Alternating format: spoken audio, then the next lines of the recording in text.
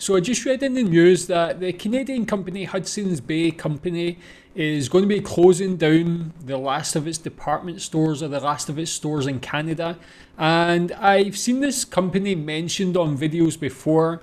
I know it's a very important company to Canada. It's actually, from doing a little bit of research before this video, it's the oldest corporation in North America, 354-year-old company, and it's had a lot of success and a lot of importance to Canada in its history. And I want to learn more about it. I see also just recently that it might potentially be bought by a Canadian-based Chinese billionaire. Tell me what you think about that as well. Do you think it's a woman, do you think she can reinvigorate the brand? What do you think her plans are for it? But interested to know about this. Obviously a long and storied history, over 300 years. I want to know more. Let's learn about it. Tell me what you know about it. The French had what was in fact a monopoly on the Canadian fur trade through their colony New France. After hearing from the Cree that the country north and west of Lake Superior was the best fur country ever found, two French fur traders, Pierre Esprit Radisson and Medard de Grossier, sought permission to explore the region and establish a trading post of the great frozen sea that, according to the natives, lay still further to the north. Fearing this exploration of the bay might shift the focus of the fur trade away from the St. Lawrence River, French Governor Marquis d'Argenson refused to grant the Coureurs de Bois permission to scout the distant territory, even though the cost of moving furs overland might have been reduced. With the independent nature of most Coureurs de Bois, Radisson and Grossier set out to explore the upper Great Lakes basin. A year later, they returned home with top-quality furs in such an abundance, the evidence of the potential of the Hudson Bay region could not be denied.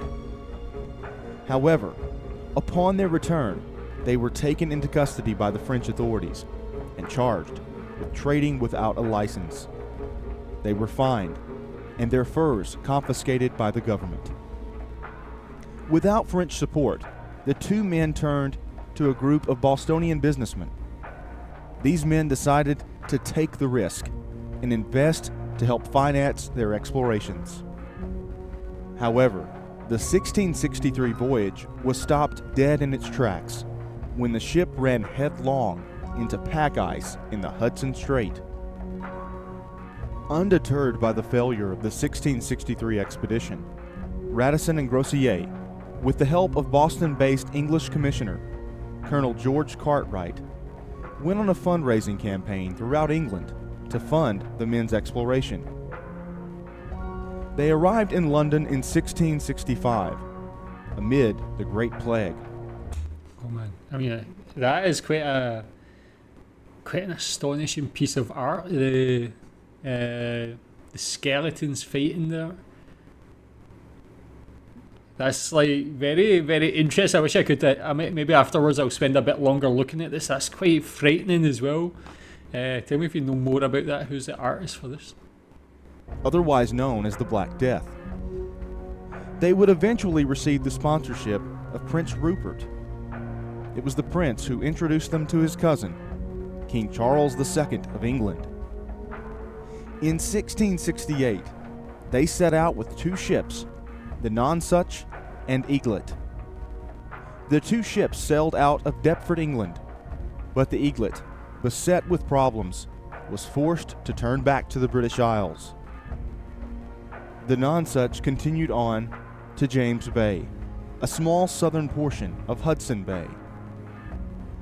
It was there that they founded the first fort on Hudson Bay, Charles Fort, in 1668. What began as a disobedient act would evolve into the largest land acquisition in North America and a company that would stand the test of time. Join us as we explore the history of the Hudson's Bay Company.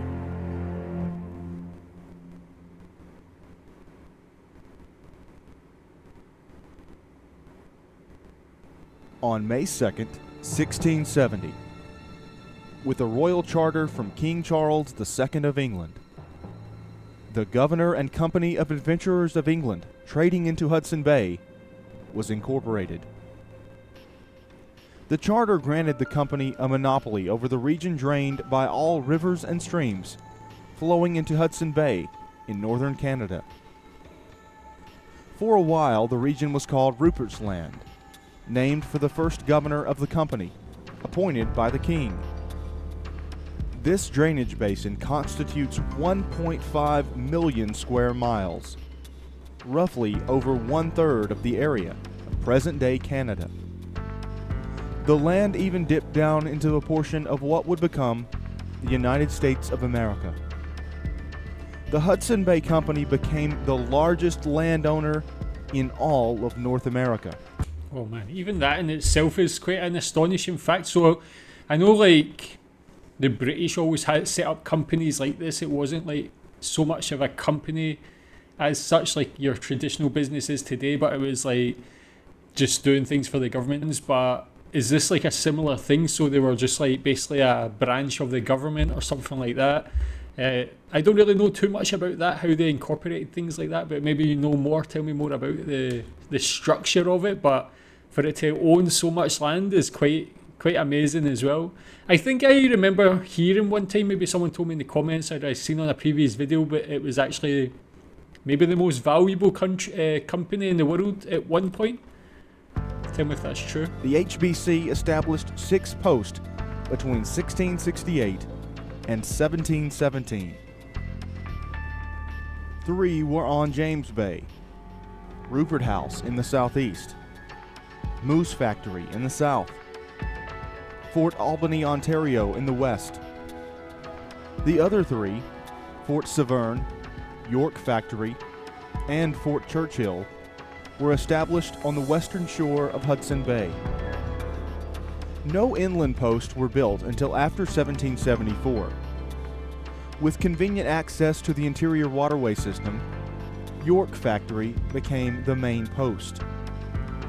They were called factories because a factor, a person acting as a mercantile agent, did business from the posts.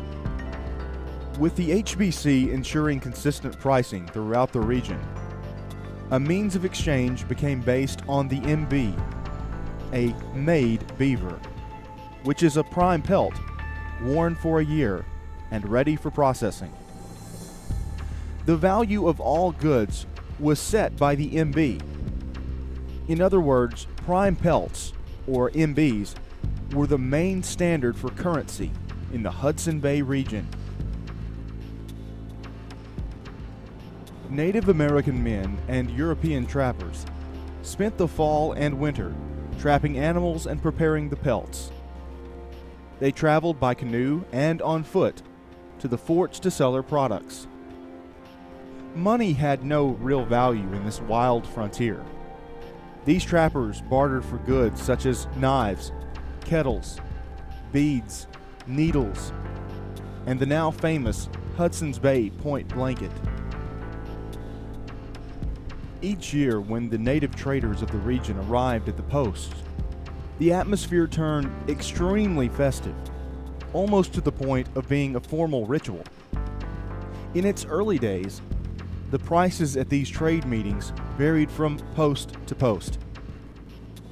This coveted fur trading business, along with its posts, became the object of contention between the English and the French.